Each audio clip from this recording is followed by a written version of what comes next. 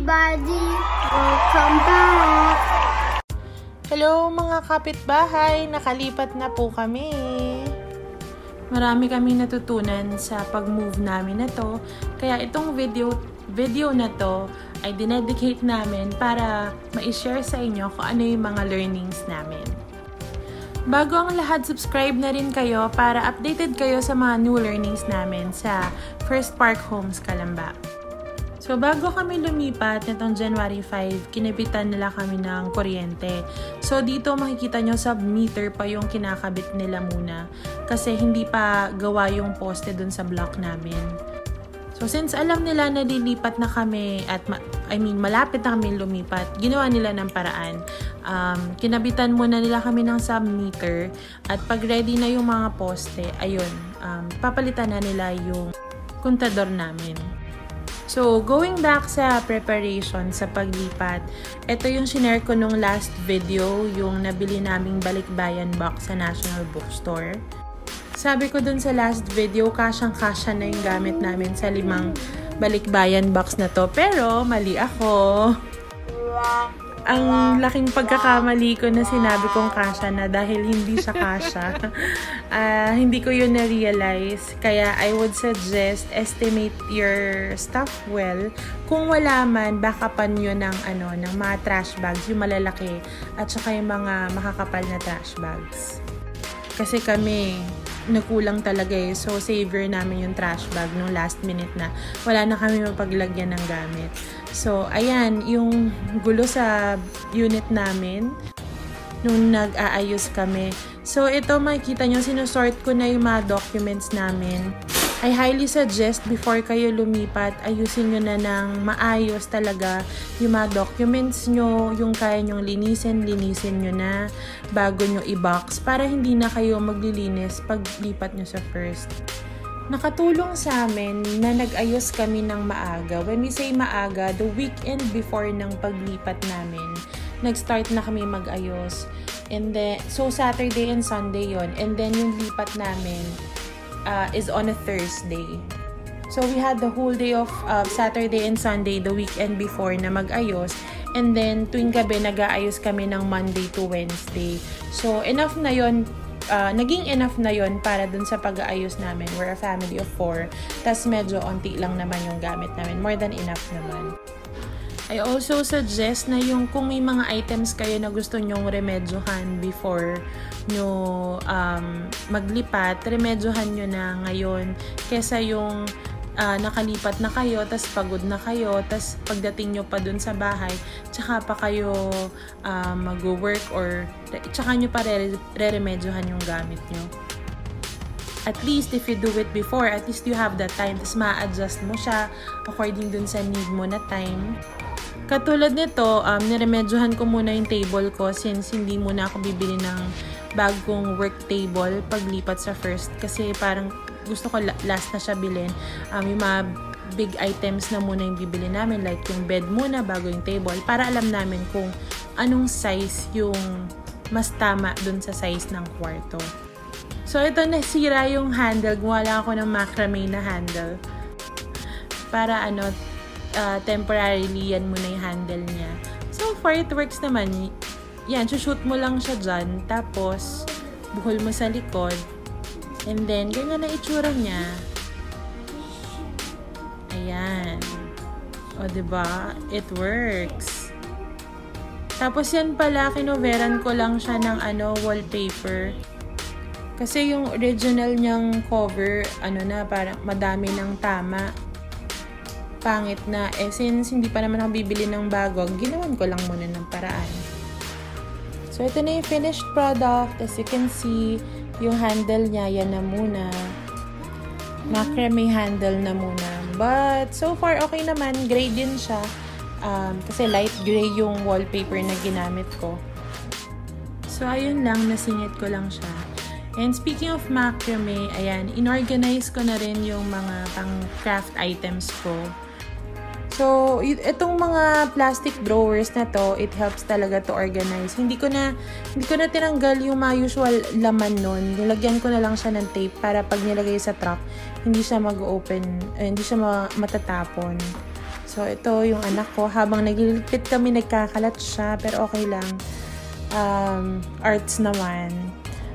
Tapos, ito si Calvin, yung bunso namin. Tumutulong din siya, kunwari. Kasi I asked the kids to choose kung alin yung mga damit na gusto nilang dalhin at yung mga damit na gusto nilang iwan. Para hindi kasi sisihin ng mga anak mo kung ba't wala yung mga damit na favorite nila, diba? Tapos, ayan, meron kaming tape na fragile na kalagay. Yun na lang din yung ginamit namin para mas ingatan. Well, so far, okay naman yung nakuha namin na holder. So, feeling namin kahit hindi fragile nakalagay na tape dyan, iingatan naman nila.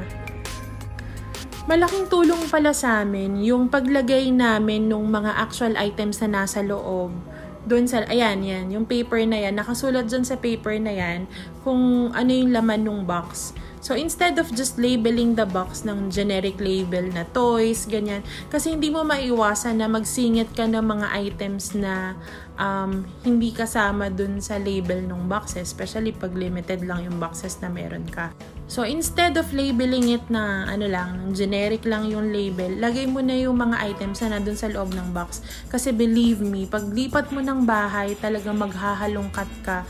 Hindi mo na maaalala kung saan mo nilagay yung mga items mo. So, big help talaga na hindi mo pa na-open yung box, alam mo na kung ano yung nasa loob.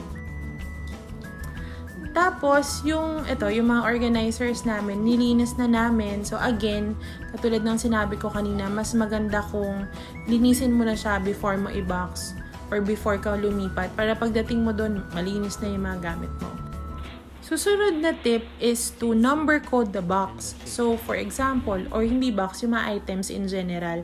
So, kung kaya nyo siyang masulatan ng 1 or 2, ako, ang ibig sabihin ng 1 is, pag pinasok nila sa bahay, dun sa first floor lang nila ilalagay.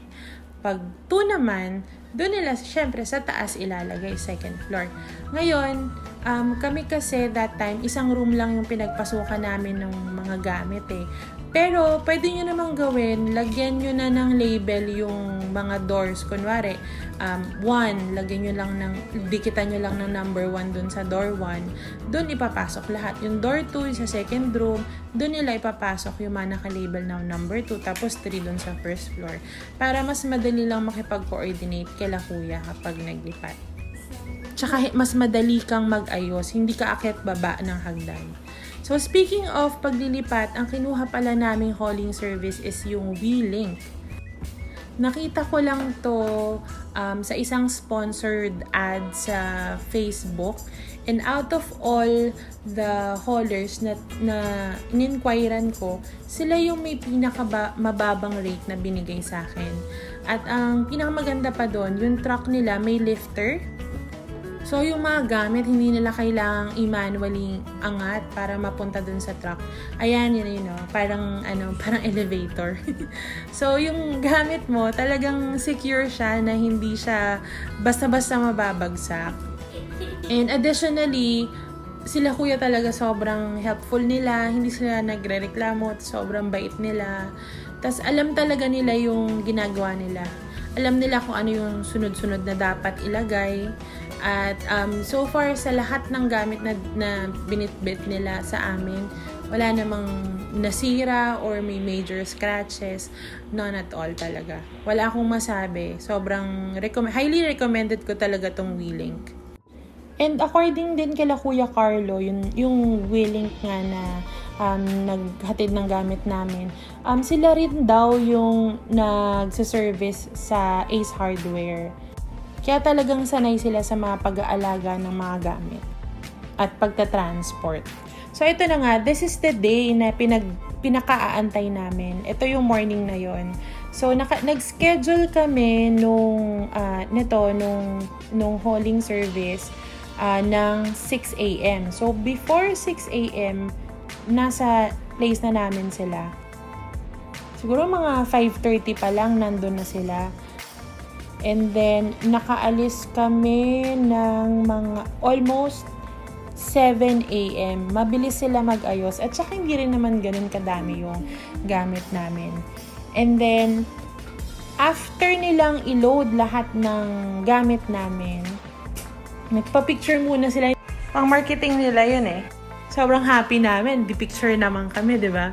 So, after nun, picture-picture, tapos ayan, nilock na nila yung truck.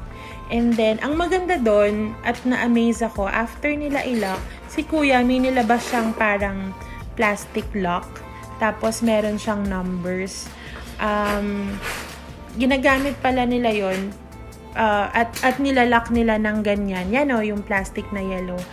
To ensure yung clients na hindi mabubuksan yung truck hanggat wala ka ulit dun sa kung saan nyo man i-unload yung gamit nyo. Ayan. Diba? Ang galing, may pagganon. Tapos, ang amazing pa doon, halos sabay kaming umalis eh. Tapos, 30 minutes ahead pa silang dumating sa First Park Homes Calamba kaysa sa amin. Okay, given na dumaan kami ng SLEX para mag-breakfast. Pero sobrang bilis nila.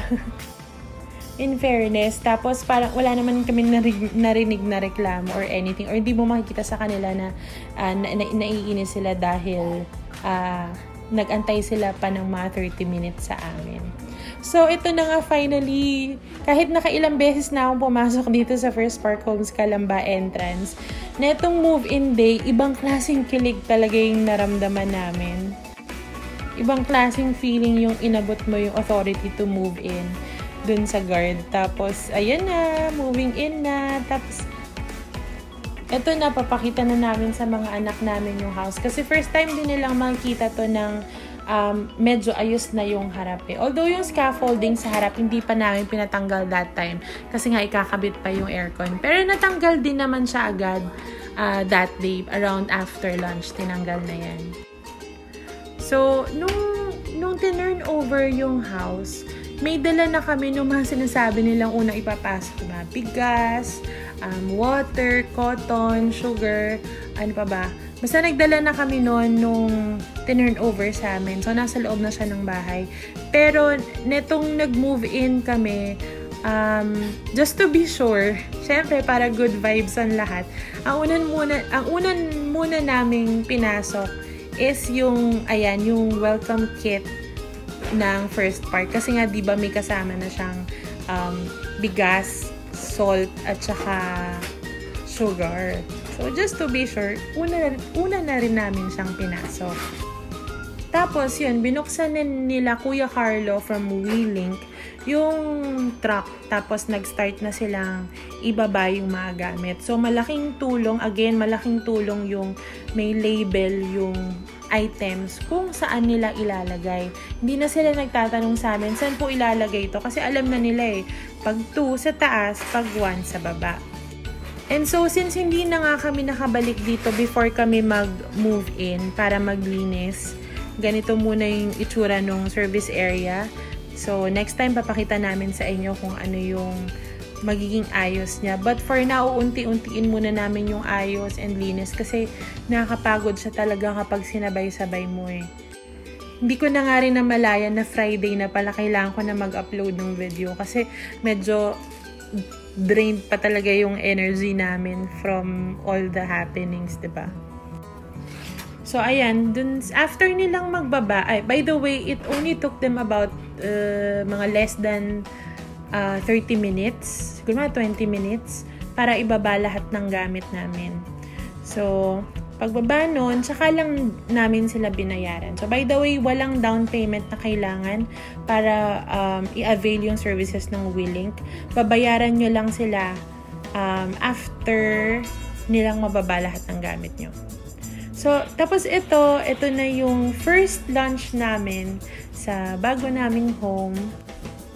And ito yung moment talaga na na-realize ko na nakalipat na pala kami ng bahay. Tapos kinikilig talaga ako na ito na yun yung dati kong pinaplano at pinapangarap namin mag-asawa. Nakalipat na kami. At ayan, yung mga anak namin, diba? Sobrang excited nila na paglinis namin sila. At hindi namin inutos yan na nagulat na lang kami. Hawak na nila yung walis at feather duster. Tas yan, naglilinis. Kahit walang tugtog. Diba? Sige, sayaw, kali. Sayaw, kali. Kahit na medyo nangitim na siya kakalabas, kaya ganyan yung kulay niya nangitim siya kakalabas dyan sa labas kahit tanghali. Tapos, ayan, nagdilig din siya ng mga halaman. Tapos, nakakatuwang makita yung mga anak mo na sobrang tuwang-tuwa and excited. Tapos, talagang nag-help sila sa pag-aayos. Kahit mga small na bagay lang. Tapos ito, end of that day, ito lang muna yung natapos namin. At least, yung karamihan dun sa mga gamit na dala namin, medyo naiayos na namin, naitabi na namin. Although, sobrang dami pa namin kulang at dami pang gamit na kailangan. Happy kami na finally nakalipat na kami. And, eto, nag-aayos na unti-unti. By the way, nung gabi, nawalan kami ng tubig.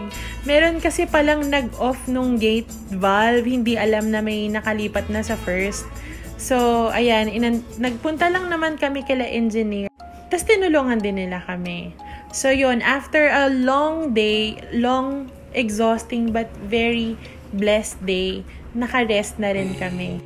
And ibang klase talaga yung feeling. So, ayun, hopefully, may na-share kaming maganda sa inyo. See you soon, mga kapitbahay. Excited na rin ako na ma-meet kayo and maging kapitbahay kayo. Ayun lang, maraming salamat!